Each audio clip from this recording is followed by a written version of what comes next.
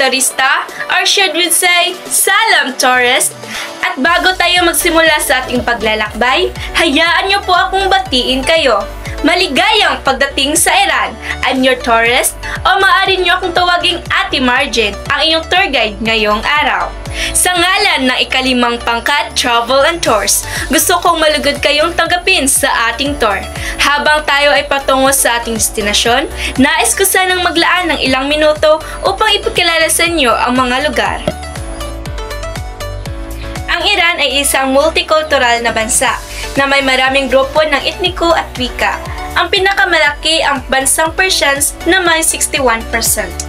Ang kagandahan ng bansang Iran.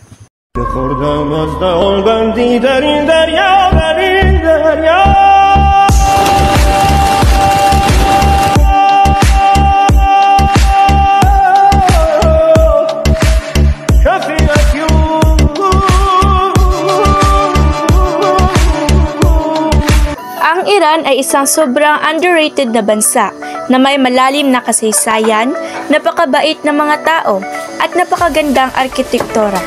Ito ang ilang mga pinakamagagandang lugar na maaaring bisitahin. Tehran. Kilala ang Tehran bilang kabisera ng Iran. Ang city na ito ay puno ng mga magagandang lugar, tulad lamang ng Gulistan Palace. Ito ay isang dating royal complex sa Tehran, Iran na kilala sa kanyang kahangahangang arkitektura at dekorasyon. Ito ay isang UNESCO World Heritage Site. Ito ay isa sa mga pinakasikat na tourist destination sa Iran at isang must-see para sa sinumang bumisita dito. Pangalawa ay ang Tehran Grand Bazaar.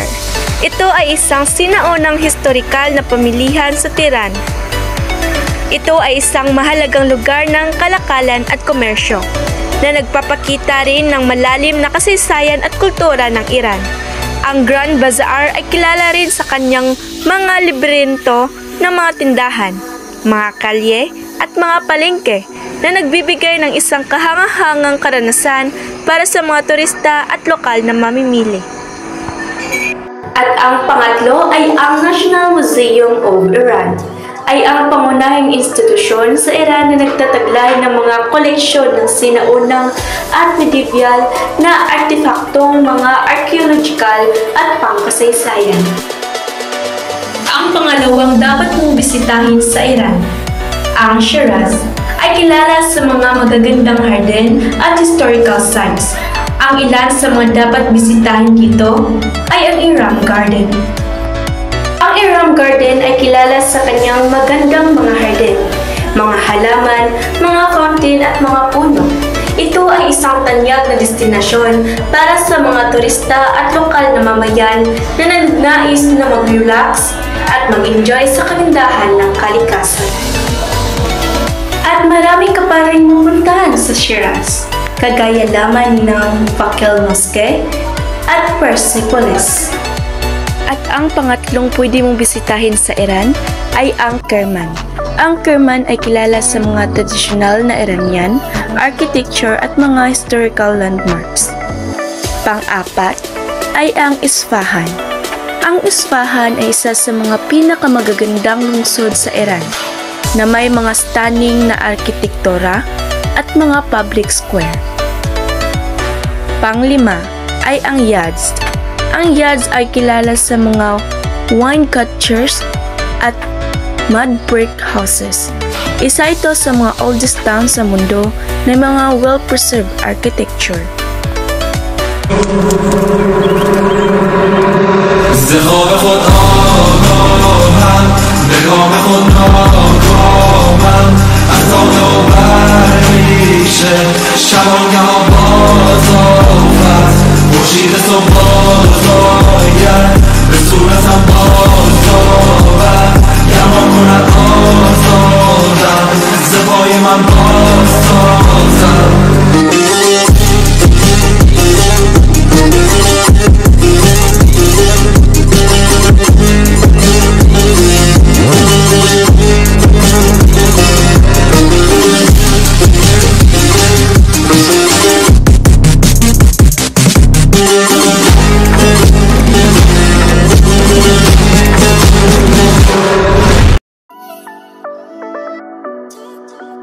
Ang Iran ay kinakaharap ng ilang mga pangunahing suliranin, tulad ng internasyonal na tensyon kaugnay ang kanilang programa sa nukleyar, ekonomikong hamon, dulot ng mga sanksyon, at mga isyu sa loob ng bansa, kabilang ang politikal na pagtutunggali at pangangailangan ng mas malawakang katiyakan sa karapatang pantao.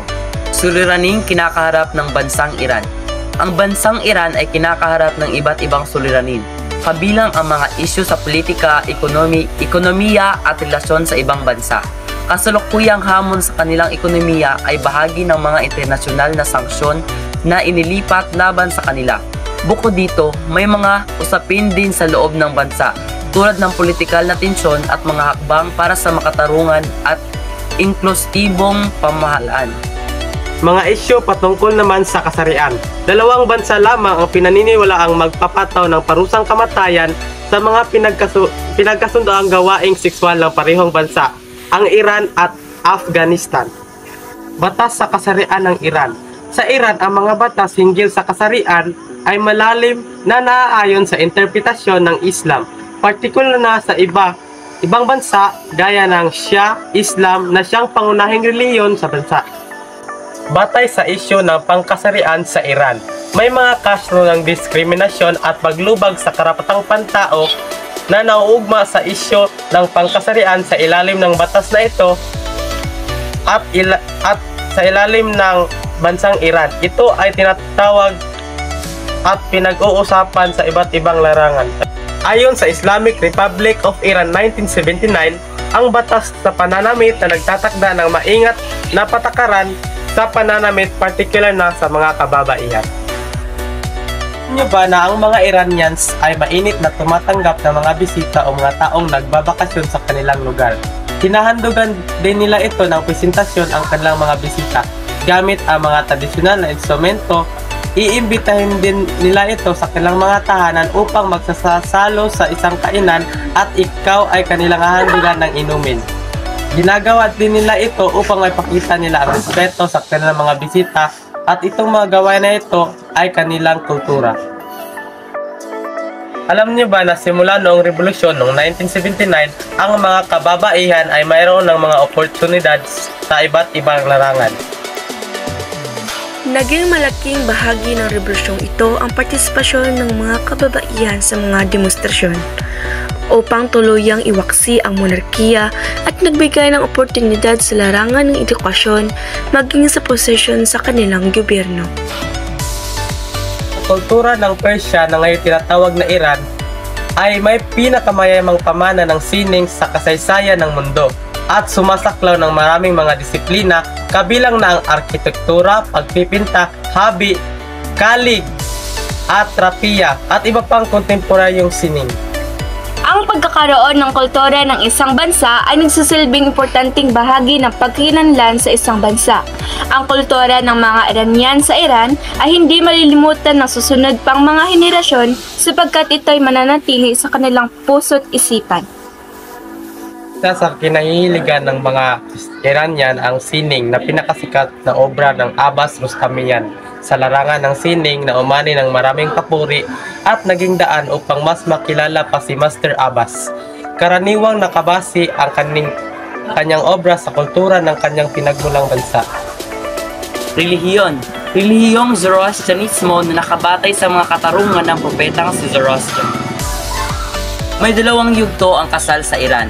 Ang unang yugto ay ang Ag, kasama ang kanilang magulang ay pepirma ng marriage contract. Ikalawang yugto naman ay ang Jasmine o Aruz. Ang carpet naman ay naging bahagi ng kultura ng Persia.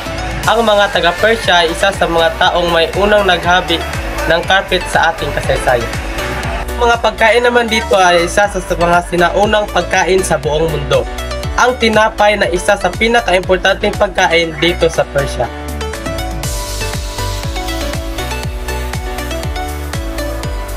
Tara na at ating silayan ang kagandahan ng Iran.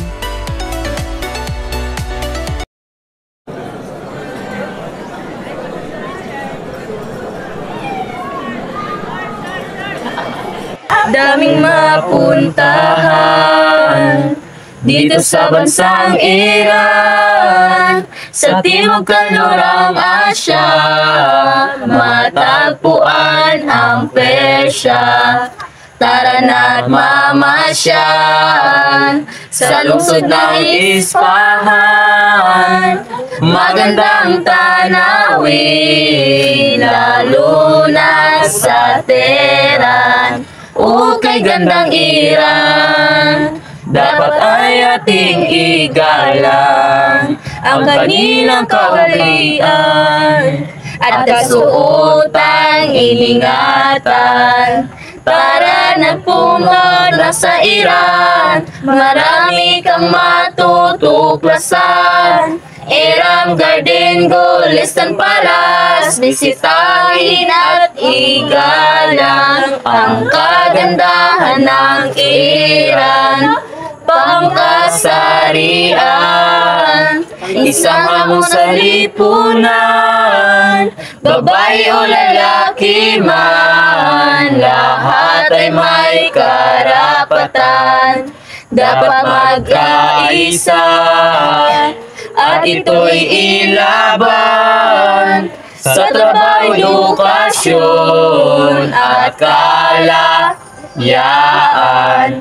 Uwiran kay gandang pagmasdan ang kultura at kasaysayan. Bisitahin at igalang ang kagandahan ng Iran. Kapayapa at kaunlaran, paggalang sa bawat reliyon.